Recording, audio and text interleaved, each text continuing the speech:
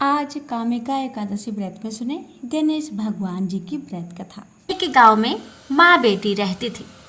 एक दिन वह अपनी माँ से कहने लगी कि गांव के सब लोग गणेश मेला देखने जा रहे हैं, मैं भी मेला देखने जाऊंगी। माँ ने कहा कि वहाँ बहुत भीड़ होगी, कहीं गिर जाओगी तो चोट लगेगी। लड़की ने माँ की बात न सुनी और मेला देखने चल पड़ी। माँ ने जाने से पहले बेटी को 2 लड्डू दिए और 1 घंटी में पानी दिया। माँ ने कहा कि 1 लड्डू तो गणेश जी को खिला देना और थोड़ा पानी पिला देना, दूसरा लड्डू तुम खा लेना और बचा पानी भी पी लेना। लड़की मेले में चली गई। मेला खत्म होने पर सभी गांव वाले वापस आ गए, लेकिन लड़की नहीं आई।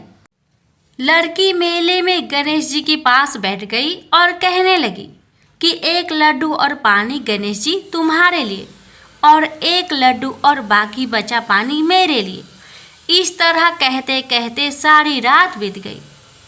गणेश जी ये देखकर सोचने लगे कि अगर मैंने 1 लड्डू और पानी नहीं पिया तो यह अपने घर नहीं जाएगी। यह सोचकर गणेश जी एक लड़के के भेष में आए और उससे 1 लड्डू लेकर खा लिया और साथ ही थोड़ा पानी भी पी लिया। फिर वह कहने लगे कि मांगो, तुम क्या मांगती हो। लड़की मन में सोचने लगी कि क्या मांगू, अन्न मांगू या धन मांगू या अपने लिए अच्छा वर मांगू या खेत मांगू या महल मांगू। वह मन में सोच रही थी तो गणेश जी उसकी मन की बात को जान गए। वह लड़की से बोले कि तुम अपने घर जाओ और तुमने जो भी अपने मन में सोचा है वह सब तुम्हें मिलेगा। लड़की घर पहुंची तो माँ ने पूछा कि इतनी देर कैसे हो गई। बेटी ने कहा कि आपने जैसा कहा था मैंने वैसा ही किया है। और देखते ही देखते जो भी लड़की ने सोचा था वह सब कुछ हो गया। प्रेम से बोलिए गणेश भगवान की जय। सेठ सेठानी और गणेश जी की कहानी। एक गांव था जिसमें एक सेठ जी अपने परिवार के साथ रहते थे। सेठ जी का गांव के पास के ही शहर में बड़ा व्यापार था।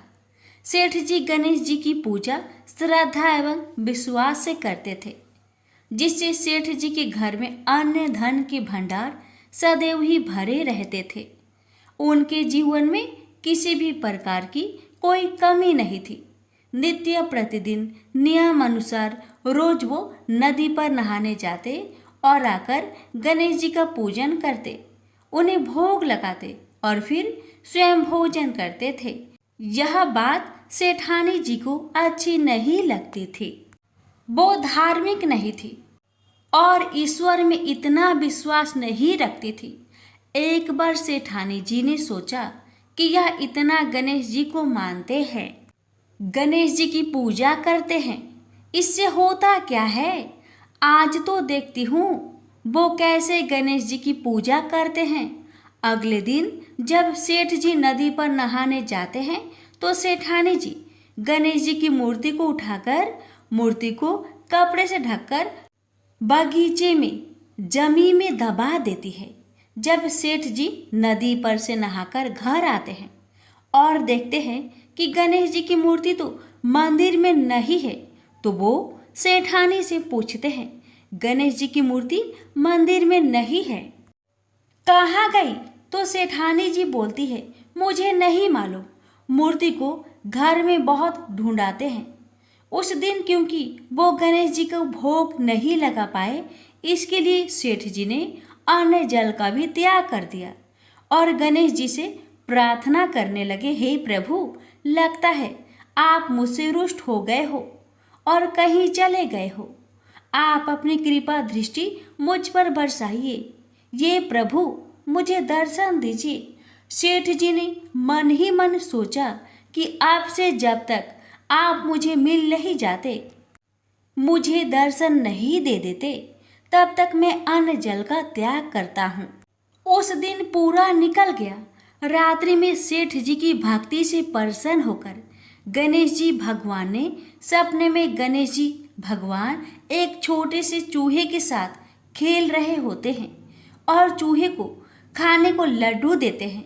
चूहा लड्डू लेकर बगीचे में जाता है और जमीन को खोदता है और लड्डू वहीं डाल देता है। अचानक सेठ जी की नींद खुल जाती है। सेठ जी बगीचे में जाते हैं और वहीं खोदते हैं जहां उन्होंने सपने में देखा था, और वहीं से उनको थोड़ी सी जमीन खोदने पर कपड़े में लिपटे हुए गणेश जी की मूर्ति मिलती है। सेठ जी गणेश जी की मूर्ति की पूजा करके उनको यथास्थान स्थापित करते हैं और सेठानी के पूछने पर सारा वृत्तांत उन्हें सच सच बताते हैं। बात जानकर सेठानी जी को आश्चर्य होता है और सेठानी जी मन ही मन श्रद्धा एवं विश्वास से गणेश जी भगवान की भक्त बन जाती है और सेठ जी से कहती है कि मुझसे बड़ा भारी अपराध हो गया है। अब हम दोनों पति पत्नी प्रेम सहित गणेश जी भगवान की आराधना करेंगे एवं उनकी पूजा में कभी कोई कमी नहीं आने देंगे। यह सुनकर सेठ जी अत्यधिक प्रसन्न हो जाते हैं और दोनों पति पत्नी गणेश जी भगवान को धन्यवाद करते हैं। जय बोलो गणेश जी भगवान की जय हो, सदा ही जय हो प्रभु, अपनी अनुकंपा सेठ सेठानी के समान ही हम सभी पर बनाए रखना। कहानी सुनने वालों की सभी मनोकामनाएं पूर्ण करना। एक बार गणेश जी एक बहुत सुंदर गांव से गुजर रहे थे। इस गांव के खेत हरे भरे थे। सुबह का समय था। ठंडी पवन का आनंद लेते हुए गणेश जी मूषक पर सवार होकर चले जा रहे थे। इतने में वह एक खेत से गुजरे तो आनंदवश फसलों में हाथ फिरा दिया। गणेश जी के ऐसा करने से उस फसल के कुछ दाने हाथ में आ गए। अब गणेश जी को पछतावा हुआ कि उन्होंने तो चोरी कर ली। भले ही उन्होंने जानबूझकर नहीं चुराया, लेकिन अब फसल के दाने तो उनके हाथ में आ गए। गणेश जी ने गिने तो वह 12 थे। अब गणेश जी ने उस खेत के मालिक को खोजा और उन सेठ जी के यहाँ 12 साल की नौकरी पर लग गए। एक दिन सेठानी राख से हाथ धोने लगी तो गणेश जी ने सेठानी का हाथ पकड़कर मिट्टी से हाथ धुलवा दिया। सेठानी ने सेठ जी से शिकायत की और कहा कि देखो, नौकर ने मेरा हाथ पकड़ लिया। सेठ जी ने गणेश को बुलाकर पूछा कि तुमने सेठानी का हाथ क्यों पकड़ा? गणेश जी ने बोला कि मैंने तो बस ये कह रहा था कि राख से हाथ धोने से घर की लक्ष्मी नाराज होकर घर से चली जाती है और मिट्टी से हाथ धोने से आती है। सेठ जी ने सोचा कि गणेश ठीक कह रहा है। थोड़ी दिनों बाद कुंभ का मेला आया। सेठ जी ने कहा, गणेश, सेठानी को कुंभ के मेले में स्नान करा कर ले आओ। सेठानी किनारे पर बैठकर नहा रही थी तो गणेश जी उनका हाथ पकड़कर आगे डुबकी लगवा लाए। घर आकर सेठानी ने सेठ से कहा कि गणेश ने तो मेरी इज्जत ही नहीं रखी और इतने सारे आदमियों के बीच में मुझे घसीटकर आगे पानी में ले गए। तब सेठ जी ने गणेश जी से पूछा कि ऐसा क्यों किया? तो गणेश जी ने कहा कि सेठानी किनारे बैठकर गंदे पानी से नहा रही थी तो मैं आगे अच्छे पानी में डुबकी लगवा कर ले आया। इससे अगले जन्म में बहुत बड़े राजा और राजपाट मिलेगा। सेठ जी ने सोचा कि गणेश ठीक कह रहा है। एक दिन घर में पूजा पाठ हो रही थी, हवन हो रहा था। सेठ जी ने गणेश को कहा कि जाओ सेठानी को बुलाकर ले आओ। गणेश सेठानी को बुलाने गए तो सेठानी काली चुनरी ओढ़कर चलने लगी तो गणेश जी ने काली चुनरी फाड़ दी और कहा कि लाल चुनरी ओढ़ के चलो। सेठानी नाराज होकर सो गई।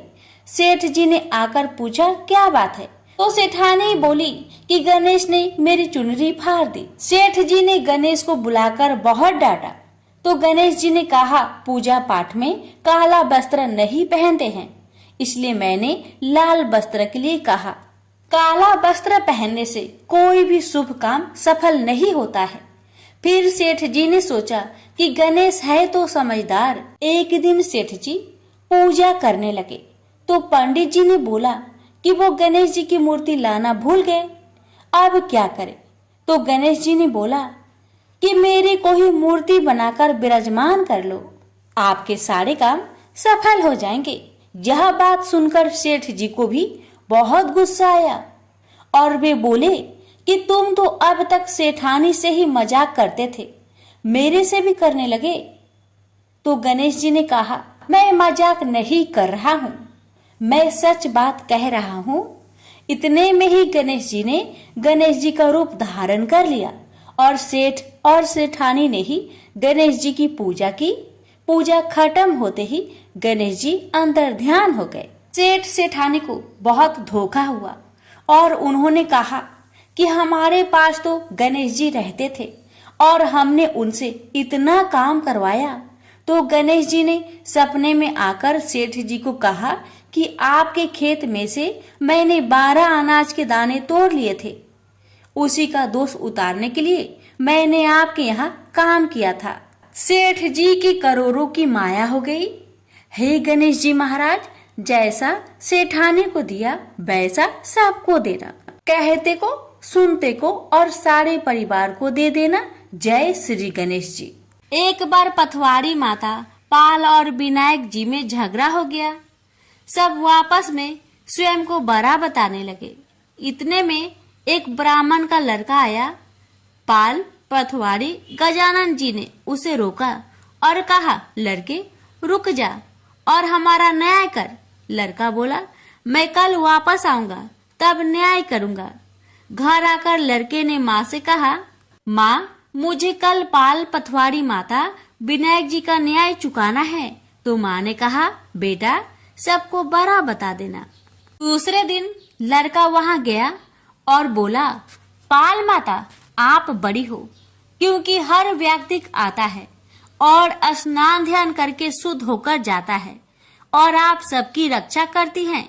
हे पथवारी माता आप सबसे बड़ी हो, क्योंकि कितने भी तीर्थ धर्म ध्यान कर ले पर आपकी पूजा किए बिना उनका कार्य पूर्ण नहीं होता।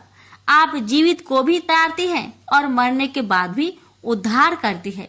पथवारी माता पथ की धारिणी, इसलिए आप बड़ी हो। अब विनायक जी से लड़का बोला, सबसे पहले शुभ काम में आपको ही मनाया जाता है। आपको ध्याये बिना कोई काम सिद्ध नहीं होता, इसलिए आप बड़े हो। पाल माता, पथवारी माता, विनायक जी भगवान लड़के की चतुराई से प्रसन्न हो गए और बोले, लड़के तुमने तो हम सबको बड़ा कर दिया, उसको सुखी रहने का आशीर्वाद दिया और जौ के दाने उसके अंगोछे में डाल दिया। लड़का सोचने लगा, ये तो घाटे का सौदा रहा। सारा दिन खराब कर न्याय किया और इतने से जौ मिले। उदास मन से घर आकर अंगोछा एक कोने में डाल दिया। माँ ने अंगोछा उठाया तो उसमें से हीरे मोती बिखर गए। तो माँ बोली, बेटा न्याय करके क्या लाया है? लड़का बोला, माँ कोने में जो पड़ा है देख लो। वहाँ गई, देखा हीरे मोती का ढेर लगा है, हीरे मोती जगमगा रहे हैं। माँ अत्यधिक प्रसन्न हो गई। माँ ने बेटे को बुलाया और कहा, बेटा आज तो पाल माता, पथवारी माता, विनायक जी भगवान आज तो हम पर प्रसन्न हुए हैं। माँ बेटे बहुत प्रसन्न हुए। हे भगवान, जैसा पाल माता, पथवारी माता, विनायक जी भगवान ने लड़के को दिया वैसे सबको देना। कहानी कहने सुनने हुक्कर भरने वालों को सुख समृद्धि धन्य धान्य देना। प्रेम से बोलिए पाल पथवारी विनायक भगवान की जय। गणेश जी की कथा। पौराणिक कथा के अनुसार एक समय की बात है कि भगवान विष्णु का विवाह माता लक्ष्मी जी के साथ निश्चित हुआ। विवाह की सभी तैयारी होने लगी। सभी देवी देवताओं को निमंत्रण भेजे गए, लेकिन भूलवश गणेश जी को निमंत्रण देना रह गया था। इधर भगवान विष्णु की बारात जाने का समय आ चुका था। सभी देवता अपनी पत्नियों के साथ विवाह समारोह में शामिल होने को आए। परंतु सभी देवी देवताओं ने देखा कि गणेश जी कहीं दिखाई नहीं दे रहे हैं। तब उन सभी ने आपस में चर्चा की, क्या गणेश जी को नहीं न्योता दिया गया या गणेश जी ही नहीं आए हैं। सभी को इस बात पर बहुत आश्चर्य हुआ। इस बात पर उन सभी ने विष्णु भगवान से ही इसका कारण पूछा। विष्णु भगवान से पूछने पर उन्होंने कहा कि हमने गणेश जी के पिता भोलेनाथ, महादेव और माता पार्वती को न्योता भेजा था।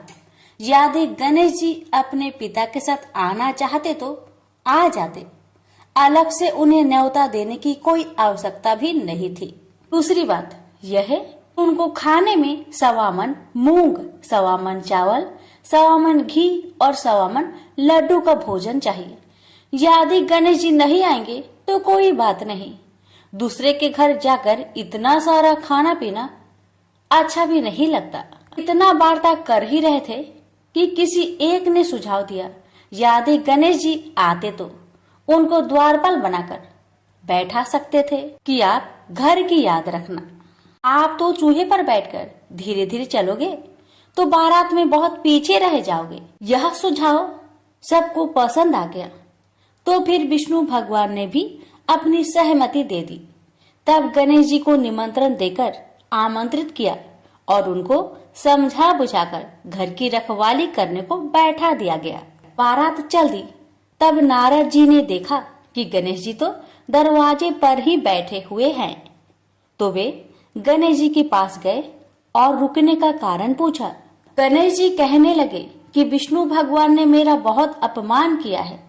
नारद जी ने कहा कि आप अपनी मूषक सेना आगे भेज दो तो वह रास्ता खोद देगी, जिससे उनके वाहन धरती में धंस जाएंगे। तब आपको सम्मान पूर्वक बुलाना पड़ेगा। अब तो गणेश जी ने अपनी मूषक सेना को आदेश दिया, जाओ, और सेना ने जमीन पोली कर दी। जब बारात वहां से निकली तो रथों के पहिए धरती में धंसने लगी। लाख कोशिश की परंतु पहिए नहीं निकले। सभी ने अपने अपने उपाय किए परंतु पहिए तो नहीं निकले, बल्कि जगह जगह से टूटने लगे। किसी को समझ में नहीं आ रहा था कि अब क्या किया जाए।